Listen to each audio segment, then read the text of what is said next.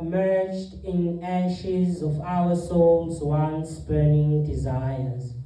Inside the hope-moving satchels that are still clutching onto the same old cold shoulders of our wildest dreams for dear, dire lives, are carbon copies of our history's naked pages that were stripped off all the letters they wore to tell our tall tongue-twisting tales. But the strands of our DNA still remember that in the beginning of our misery was the Word, and this Word was a teacher who on the first day taught the sky how to shut its doors on that black father's face, so that he could no longer teach his son how to rise and shine. The strands of our DNA still remember how on the second day that black mother was taught how to pass down her mother's eyes to her dearest daughters, so they too could learn how to properly hold back tears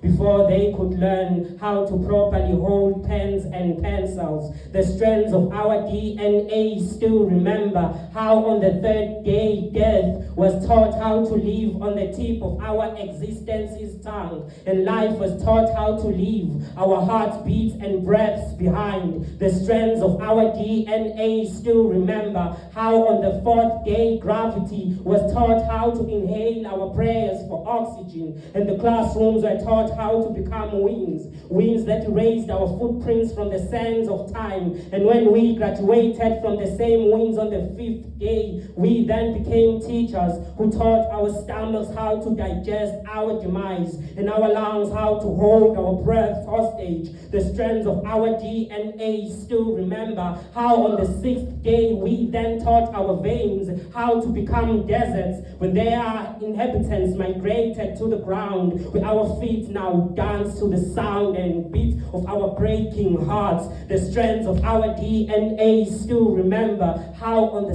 seventh day we then finally rested in peace.